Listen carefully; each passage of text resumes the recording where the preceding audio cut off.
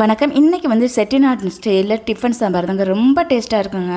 சாப்பிட்டுட்டு சாம்பாருக்காகவே 2 இட்லி எக்ஸ்ட்ரா வாங்கி சாப்பிடுவாங்க. அந்தளவுக்கு டேஸ்ட்டாக இருக்குங்க. வாங்க எப்படி செய்யலான்னு பார்க்கலாம். அதுக்கு பருப்பு வேக வச்சுக்கலாம். 100 கிராம் அளவுக்கு துவரம் பருப்பு எடுத்துருக்கேன். அதே இதுட்டு பாதி 100 கிராமில் பாதி 50 கிராம் அளவுக்கு சிறுபருப்பு எடுத்துக்கலாம். இது ரெண்டையும் கழுவிட்டு சேர்த்துக்குங்க. இப்போ குக்கரில் சேர்த்துக்கலாம்.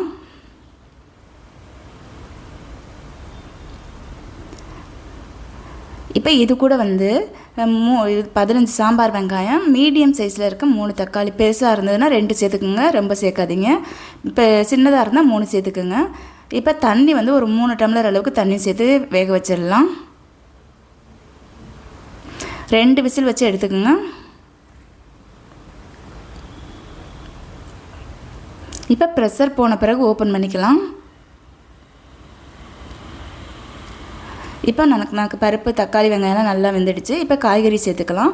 உருளைக்கிழங்கு வந்து ஒரு உருளைக்கிழங்கு வந்து தோல் நீக்கிட்டு சின்ன சின்ன க்யூப்ஸாக நறுக்கிக்கோங்க. இது கூடவே முருங்கைக்காய் வந்து ஒரு முருங்கைக்காய் சேர்த்துக்குங்க. கத்திரிக்காய் வந்து பெருசாக இருந்தால் 2 சேர்த்துக்குங்க, சின்னதாக இருந்தால் 3 கத்திரிக்காய் சேர்த்துக்குங்க. சின்ன சின்ன க்யூப்ஸாக கட் பண்ணிக்கோங்க. இது கூடவே வந்து 1/4 டீஸ்பூன் அளவுக்கு மஞ்சள் சேர்த்துக்கலாம்.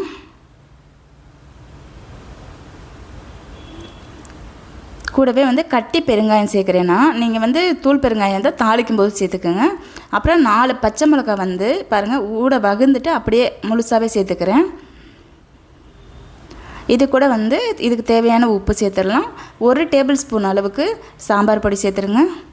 இப்போ எல்லாத்தையும் கரண்டி வச்சு நல்லா மிக்ஸ் பண்ணி விடுங்க. இப்போ பார்த்தீங்க அப்படின்னா நல்லா திக்காக இருக்குது பார்த்தீங்களா. இப்போ நமக்கு வந்து கொஞ்சம் ஓரளவுக்கு சாம்பார் தண்ணியாக இருக்கணும். அப்போ இதில் இன்னும் 1 டம்ளர் தண்ணி சேர்த்துக்கலாம்.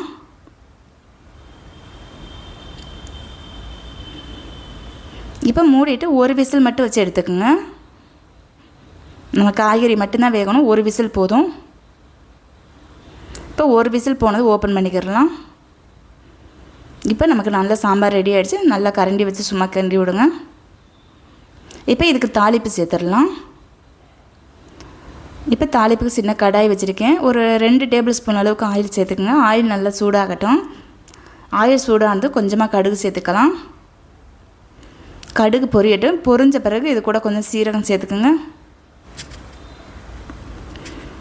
இப்போ சீரகத்து கூடவே 3 காஞ்ச மிளகாய் சேர்த்துக்கலாம். காஞ்ச மிளகாய் லேசாக வதக்கி விடுங்க.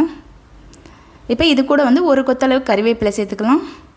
நீங்கள் வந்து கட்டி பெருங்காயம் சேர்க்கல, தூள் பெருங்காயம் சேர்ப்பீங்க அப்படின்னா இப்போ தூள் பெருங்காயம் சேர்த்துக்குங்க. இப்போ நம்ம கட்டி பெருங்காயம் சேர்த்ததுனால சேர்க்கல. இப்போ சாம்பாரில் சேர்த்துடலாம். இப்போ சாம்பார் ஒரு தடவை சும்மா கிண்டி விடுங்க. அவ்வளோதாங்க. மணக்க செட்டிநாடு ஸ்டைலில் சாம்பார் ரெடி ஆகிடுச்சுங்க. செஞ்சு பாருங்கள், ரொம்ப டேஸ்ட்டாக இருக்கும். உங்கள் பசங்கள்லேருந்து பெரியவங்க வரை விரும்பி சாப்பிடுவாங்க. இந்த வீடியோ பிடிச்சிருந்தது அப்படின்னா என்னோடய சேனலை சப்ஸ்கிரைப் பண்ணிவிடுங்க. உங்கள் ஃப்ரெண்ட்ஸுக்கும் ஷேர் பண்ணுங்கள். வீடியோ எப்படின்னு சொல்லி கமெண்ட் பண்ணுங்கள், லைக் பண்ணுங்கள். நன்றி. அடுத்த வீடியோவில் பார்க்கலாம்.